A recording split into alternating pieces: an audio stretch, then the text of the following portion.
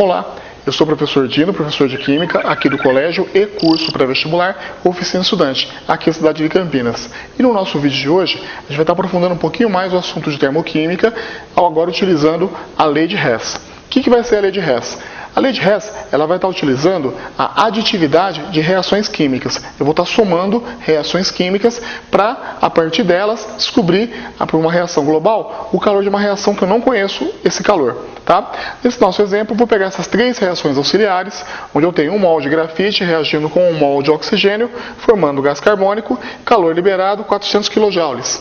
2 mols de gás hidrogênio com 1 mol de gás oxigênio, formando 2 mols de água líquida, calor liberado 570 kJ. 3 mols de carbono grafite, 4 mols de hidrogênio, formando 1 mol de propano, calor liberado 100 kJ. Eu vou usar essas três reações auxiliares para descobrir o calor dessa reação. 1 mol de propano reagindo com 5 mols de gás oxigênio, formando 3 mols de gás carbônico e 4 mols de água. Como a gente vai começar utilizando a lei de Hess? Na lei de Hess, eu vou trabalhar com a seguinte informação. Eu vou comparar uma substância química da reação auxiliar com a reação que eu desconheço o calor da reação. Bom, o que tem que ter essa substância química? Ela tem que estar do mesmo lado, ou seja, se está no reagente, na reação que eu desconheço, na reação auxiliar tem que ficar do mesmo lado dos reagentes. Se estiver do lado dos produtos, também tem que ficar do lado dos produtos na reação auxiliar. Mas como eu faço se não estiver do mesmo lado, professor? A gente vai inverter a reação. Então, primeira condição, tem que estar do mesmo lado. Segunda condição, tem que estar também o quê? Na mesma quantidade. Se eu tiver uma quantidade em mols na reação que eu desconheço, também tem que ter a mesma quantidade em mols na reação auxiliar. E a gente vai fazer essas transformações. Então, tem que estar do mesmo lado e da mesma quantidade. Tudo bem? Vamos pegar então. A nossa primeira reação, eu tenho aqui carbono grafite com oxigênio formando gás carbônico, e na nossa reação auxiliar, a substância que eu tenho em comum é o gás carbônico e também o oxigênio. E agora, professor, qual que eu vou utilizar para comparar? Se você olhar nas reações auxiliares, o gás oxigênio, ela apareceu em duas reações químicas, na primeira reação auxiliar e na segunda reação auxiliar. Quando uma substância química que eu vou comparar aparece mais de uma reação auxiliar, a gente não compara. Vai comparar só o quê? Só o gás carbônico, que ele aparece só na primeira reação. Então, eu verifico. Na reação que eu não conheço o calor, eu tenho 3 mols de gás carbônico do lado dos produtos. Na reação auxiliar, eu tenho 1 mol de gás carbônico também do lado dos produtos. O lado está igual, lado do produto, só que a quantidade está diferente. O que eu faço então para ficar na mesma quantidade? Eu vou pegar essa reação e multiplicar por 3. Multiplicando por 3, olha o que vai acontecer agora. Eu coloco 3 mols de carbono grafite reagindo com 3 mols de gás oxigênio, e nessa reação formou 3 mols de gás carbônico. Agora eu tenho o quê? 3 mols de gás carbônico do mesmo lado dos 3 mols de gás carbônico, que foi a substância que eu comparei. Quando a gente multiplica por 3 a reação, também multiplica por 3 a energia liberada. 3 vezes menos 400 vai dar menos 1.200 kJ. Então, primeira transformação. Multipliquei a primeira reação auxiliar inteirinha por 3. Segunda reação auxiliar. Na segunda reação auxiliar, eu tenho oxigênio e água aparecendo nas reações também que eu não conheço o calor. Mas lembrando, o oxigênio apareceu em mais de uma reação, então vou comparar com a água. 4 mols de água, e na nossa reação auxiliar eu tenho 2 mols de água do lado dos produtos. Então está do mesmo lado nas duas reações. Só que aqui eu tenho só 2 mols de água. Para ficar com 4 mols de água, vou pegar essa segunda reação e multiplicar por 2. Ela inteirinha por 2. Multiplicando por 2, fica agora 4 mols de H2 mais 2 mols de oxigênio, formando 4 mols de água líquida. Multipliquei a reação por 2, então ΔH, 570 vezes 2, menos 1.140 kJ. Tá? Agora, quem eu comparei a água, está do lado dos produtos e na mesma quantidade nas duas reações. Última reação, substância em comum, eu tenho o propano, C3H8. propano, C3H8. Nas duas reações estão na mesma quantidade, só que agora estão de lados opostos.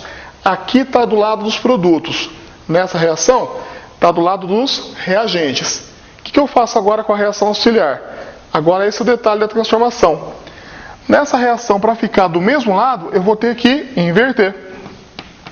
Como assim inverter? Quem está do lado dos produtos tem que ficar para o lado dos reagentes. Quem está do lado dos reagentes passa para o lado dos produtos. Então, copiando e invertendo, coloco o C3H8 do lado dos reagentes e coloco carbono grafite e hidrogênio do lado dos produtos. Então, inverteu a reação.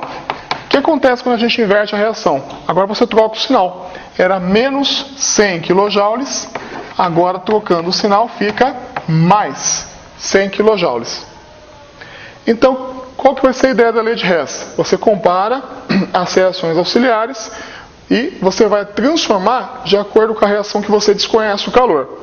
É só isso, professor? Não. Agora vem a aditividade. O que é a aditividade? É você somar essas três reações. Para somar, o que vai acontecer? Se eu tiver uma substância química aparecendo do mesmo lado, em duas ou mais reações, você soma as quantidades em mol dela. Se tiver substâncias aparecendo em lados opostos, aí você desconta uma da outra. Exemplo. Nesse meu exemplo, eu tenho 4 mols de hidrogênio do lado dos reagentes, 4 mols de hidrogênio do lado dos produtos. Então eu posso chegar aqui e corto. E corto. Cortei, porque a quantidade dos dois é igual, então cancelou. Se você olhar, a gente também tem 3 mols de grafite do lado dos reagentes, 3 mols de grafite do lado dos produtos. Então posso chegar aqui e cortar. Mol de grafite com mol de grafite. Professor, eu tenho aqui oxigênio. Ah, mas ele não está em lados opostos. Nas duas reações está do lado dos reagentes, está antes da seta. Então a gente vai somar. Agora eu somo reagente com reagente. C3H8 mais 3 mols de oxigênio com 2 mols de oxigênio. 5 mols de oxigênio. Ah, eu não comparei, mas na hora somou. E bateu a quantidade. 3 mols de gás carbônico e 4 mols de água. Então a gente vai somar reagente com reagente, produto com produto. Se você verificar, essa reação que eu somei é a mesma que eu não conheço o calor. É a mesma reação. Então você já fez o quê? Já fez o teste. Então sua aditividade deu certo. E agora? É só você somar as energias. Então fica ΔH igual menos 1.200 menos 1.140 dá menos 2.340. Mais 100 menos 2.240 kJ. Tá ok? Essa é a lei de Hess. Depois você pegue exercícios da sua apostila, do seu caderno, do seu livro de estudos e tenta aplicar a lei de Hess com outras reações. Sempre segue essa regrinha. Eu tenho uma reação que eu não conheço, a energia, e tenho reações auxiliares. E você vai comparar. A substância que você comparar tem que estar do mesmo lado e na mesma quantidade. Se não tiver do mesmo lado, você inverte a reação. Se não tiver na mesma quantidade, aí você multiplica a reação auxiliar ou divide a reação auxiliar até ficar na mesma quantidade. E comparou, você somou, fez a aditividade, tem que bater com a reação que você desconhece o calor. Essa é a lei de Hess, que cai com bastante frequência no vestibular. Treina. Quanto mais treinar, melhor. É isso aí. Até a próxima aula.